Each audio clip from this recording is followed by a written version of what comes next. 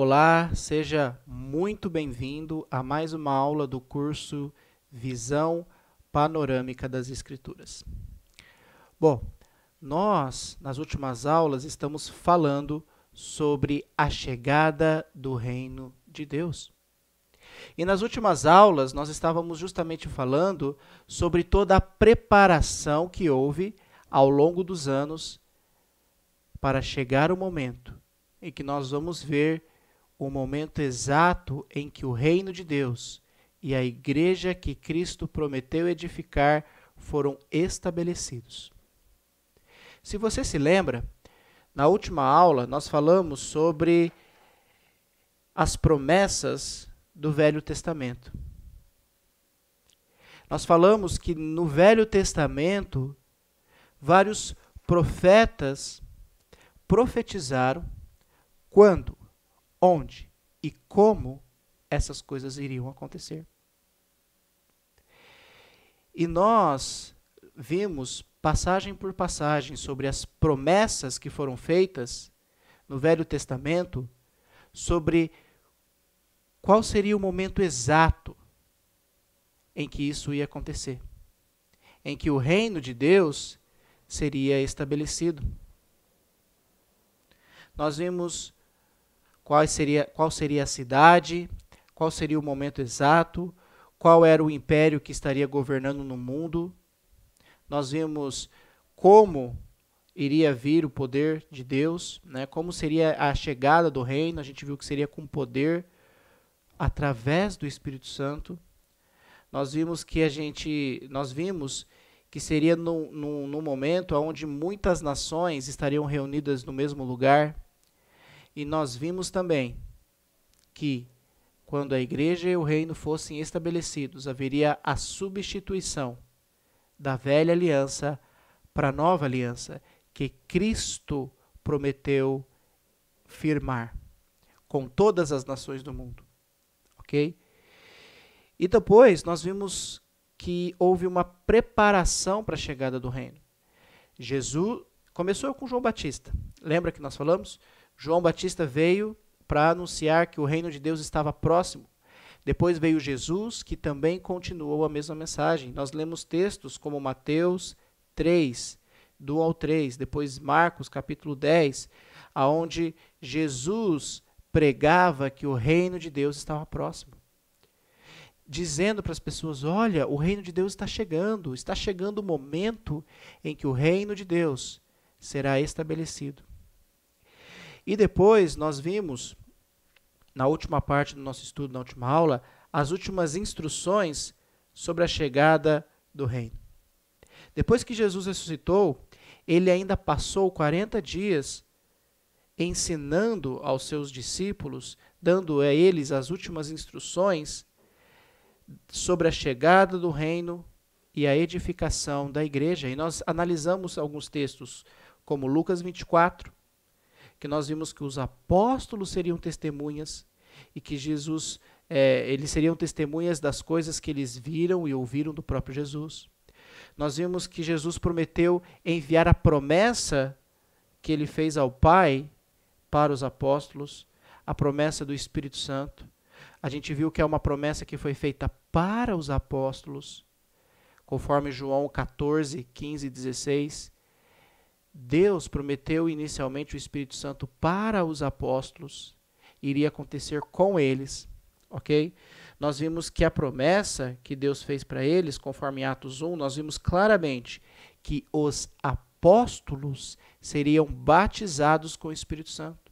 Seria uma condição que ia acontecer com eles, com os apóstolos. A gente viu que Atos capítulo 1, do 1 ao 12, Jesus está dando as últimas instruções aos apóstolos. Não tem mais ninguém ali com eles, somente os apóstolos. E as promessas que Jesus fez, ele fez para os apóstolos. Depois nós vimos que o próprio Jesus disse que eles receberiam poder através do Espírito Santo e que eles seriam testemunhas. Eles iriam começar a pregar em Jerusalém, depois pela Judéia, a palavra ia chegar em Samaria e ia alcançar até os fins da terra. E nós vamos estudar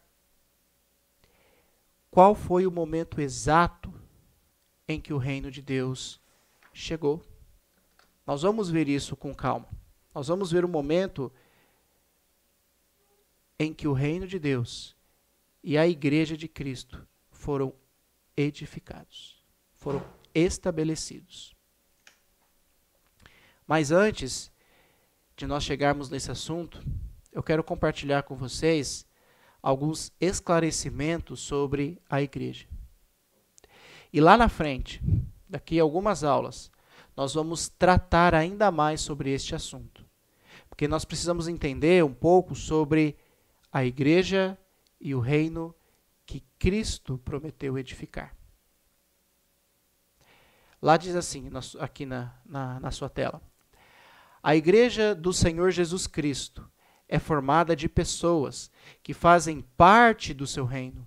Portanto, a igreja faz parte do reino de Deus. A igreja de Deus não é um prédio, não é uma religião, não é uma denominação e muito menos uma instituição financeira ou política. Portanto, vamos fazer alguns esclarecimentos sobre a igreja bíblica, a igreja de Jesus Cristo, a qual ele mesmo prometeu edificar. Então vamos ver a igreja bíblica, a igreja que Cristo mesmo prometeu e ele mesmo disse que edificaria. Um texto que nós já analisamos nas últimas aulas foi o texto de Mateus 16, versículo 18. E eu já expliquei um pouco a respeito desse texto. Você se lembra? Lá, Jesus está tendo uma conversa, nessa parte, no início ele está falando com os discípulos, mas agora, a partir do 18, aí, um pouquinho mais para frente, ele está tendo uma conversa mais próxima com o apóstolo Pedro. E ele disse para Pedro, sobre esta pedra edificarei a minha igreja. E ele fala, darei as chaves do reino dos céus. Tá? Só essa parte que eu coloquei aqui. Nós vimos com clareza que Jesus não estava falando que Pedro é a pedra. Jesus é a pedra.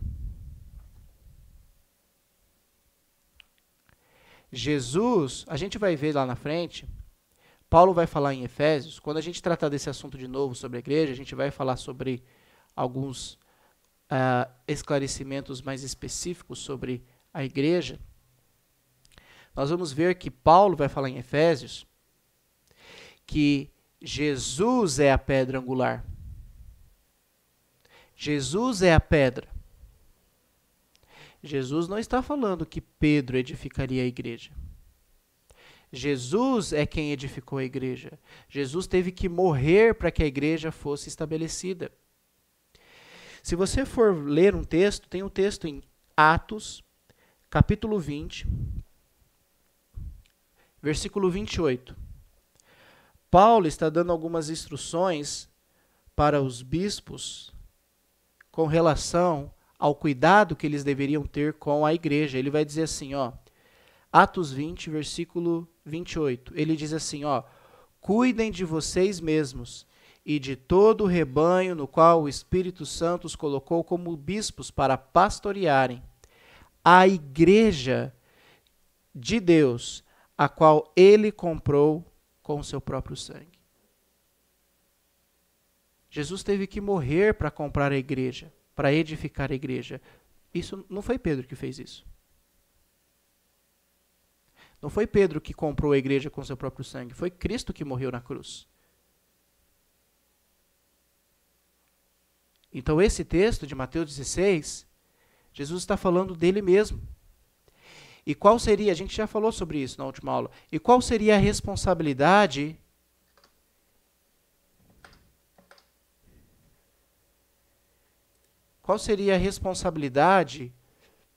de Pedro?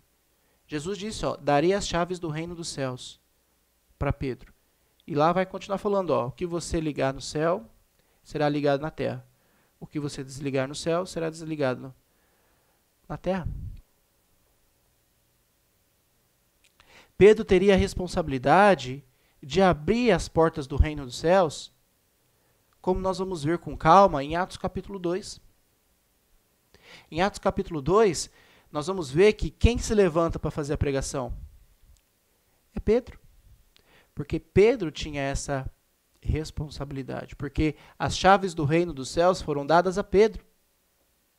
E nós vamos ver com calma a responsabilidade que Pedro teve lá na frente, com as chaves do reino dos céus que foram dadas a ele. E nós entendemos que a igreja é formada de pessoas. A igreja não é um prédio. A igreja não é religião. Não é denominação, não é palanque político e nem instituição financeira.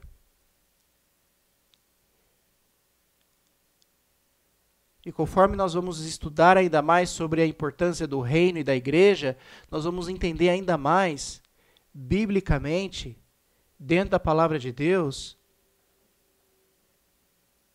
qual é o papel e a função da igreja aqui na Terra.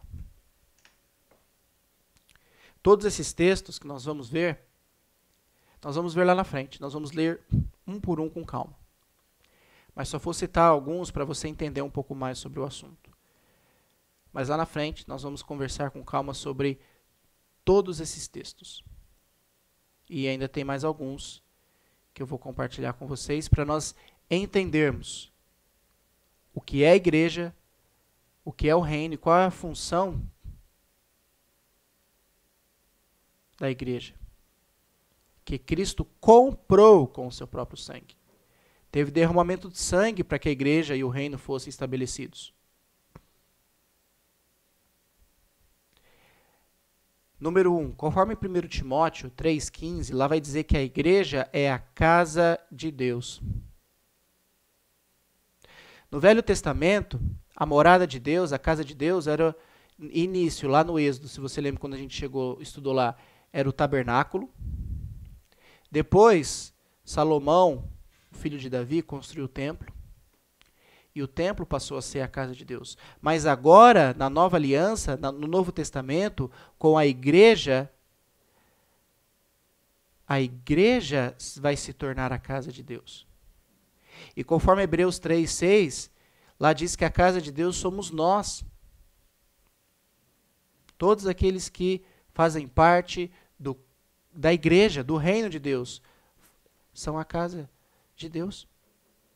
E conforme 1 Coríntios 3,16 e Lucas 17,21, diz que o Espírito Santo de Deus habita dentro de nós. O Espírito de Deus habita dentro de nós. Por isso nós somos a casa de Deus, por causa do Espírito dele que habita em nós.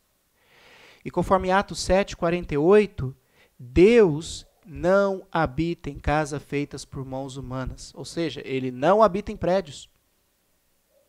Então é errado nós usarmos a expressão, nós vamos à casa de Deus. Nós vamos lá na igreja. Não. A igreja são aqueles que fazem parte do reino. E conforme Colossenses, a igreja é o corpo de Cristo na terra. Então, o corpo de Cristo é a igreja. E a igreja é a casa de Deus. E a casa de Deus somos nós. E isso só acontece por causa do Espírito Santo que habita em cada um de nós. E conforme Efésios 1,22, Jesus é o cabeça do corpo, que é a igreja. Então, a igreja é um corpo. E Jesus é o cabeça. E o fato dele ser o cabeça, então, a igreja tem que andar segundo os ensinamentos de Cristo, segundo a vontade de Cristo. E onde nós vamos encontrar o que Cristo quer? Na própria palavra de Deus. Porque a palavra, nós já vimos na primeira aula, a Bíblia é inspirada por Deus, veio de Deus. São palavras de Deus. Então a igreja precisa ser conduzida única e exclusivamente pela Bíblia. E conforme Efésios 4:4, Paulo vai falar sabiamente que existe somente um corpo. Há um só corpo, portanto, uma só igreja. Cristo morreu para que a igreja fosse edificada. Nós acabamos de ler aqui em Atos 20:28, ele comprou a igreja com seu próprio sangue. Em nenhum lugar você vai ouvir a palavra igrejas no sentido de várias denominações. Você vai ouvir igrejas no sentido de cidades. Mas todas essas igrejas são uma só, com o mesmo modo de pensar, com a mesma forma de agir e com a mesma doutrina.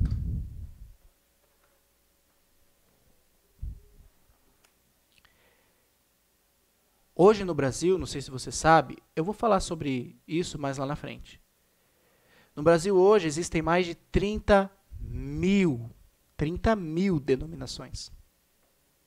E se você vai em cada uma delas, você vai encontrar a palavra de Deus sendo ensinadas de formas diferentes em cada um desses lugares. Não é isso que Deus quis. Nunca foi isso que Deus quis.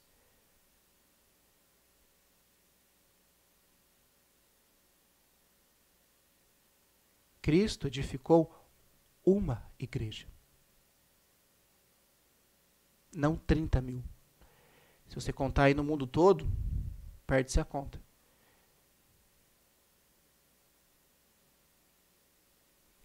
Jesus é o único fundador da igreja. Você pode não gostar ou achar... Não gostar do comentário que eu vou fazer agora, mas... Homem nenhum tem poder para fundar uma igreja. Porque Cristo morreu. Acabamos de ler. Ele comprou a igreja com seu próprio sangue. Essas pessoas que fundam igrejas, não é bíblico. Porque essas pessoas que dizem que fundaram essas igrejas, eles não morreram e derramaram ou compraram a igreja com o seu próprio sangue. Cristo fez esse papel. Quando essas pessoas falam que fundaram igrejas, estão tirando a responsabilidade de Cristo, ou o sacrifício que Cristo fez. Porque Cristo teve que morrer. Acabamos de ler, ele comprou. E foi um alto preço, não foi barato. Cristo teve que morrer, derramar sangue na cruz, para que a igreja fosse estabelecida, para que o reino de Deus que nós estamos conversando fosse instituído. Então esse é um assunto delicado e sério que nós precisamos tratar, biblicamente falando. Então nós precisamos conversar sobre esse assunto e entender que a igreja que Cristo edificou, ele comprou com o seu próprio sangue. E nós estamos falando sobre a chegada do reino e da igreja. E o livro de Atos é claro em nos dizer como, onde isso aconteceu. E mais especificamente, nós vamos ver que isso vai acontecer lá em Atos 2. O livro de Atos é um livro histórico e um dos livros mais importantes para entender a formação e o início da igreja e do reino. Porque esse livro vai narrar a história da edificação da igreja que o próprio Cristo prometeu edificar.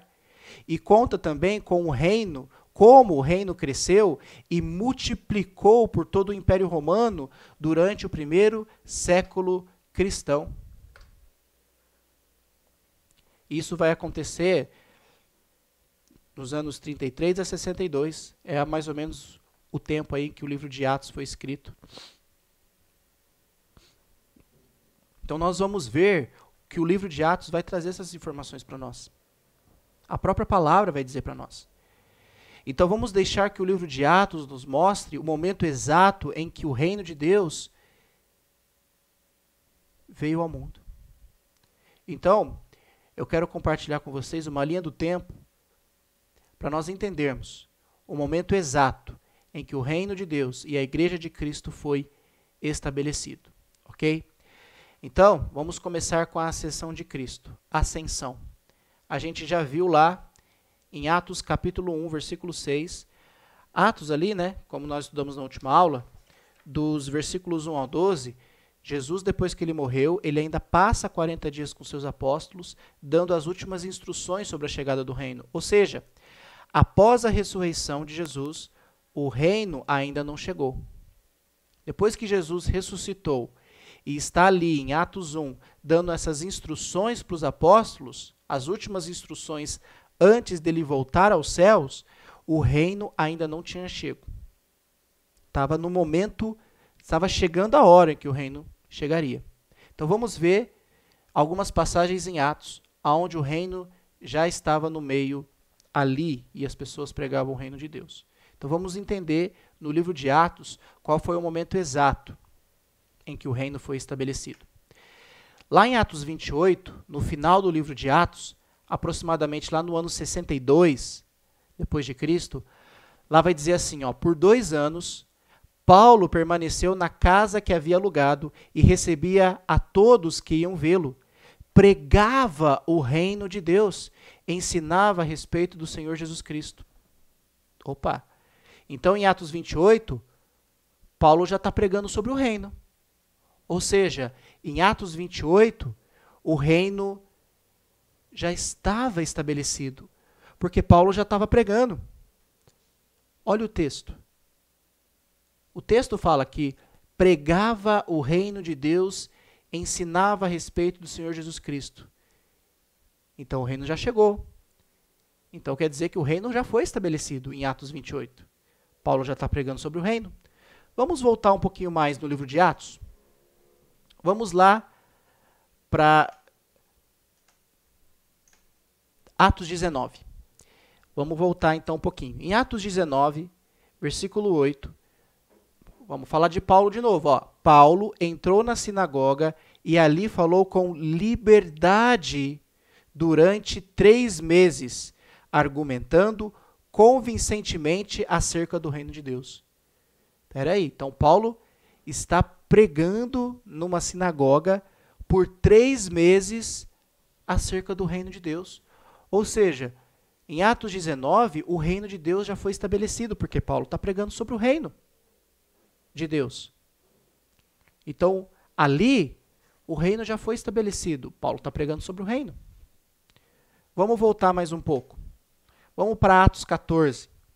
Em Atos 14, diz assim, ó, fortalecendo os discípulos e encorajando-os a permanecerem na fé, dizendo, é necessário que passemos por muitas tribulações para entrarmos no reino de Deus.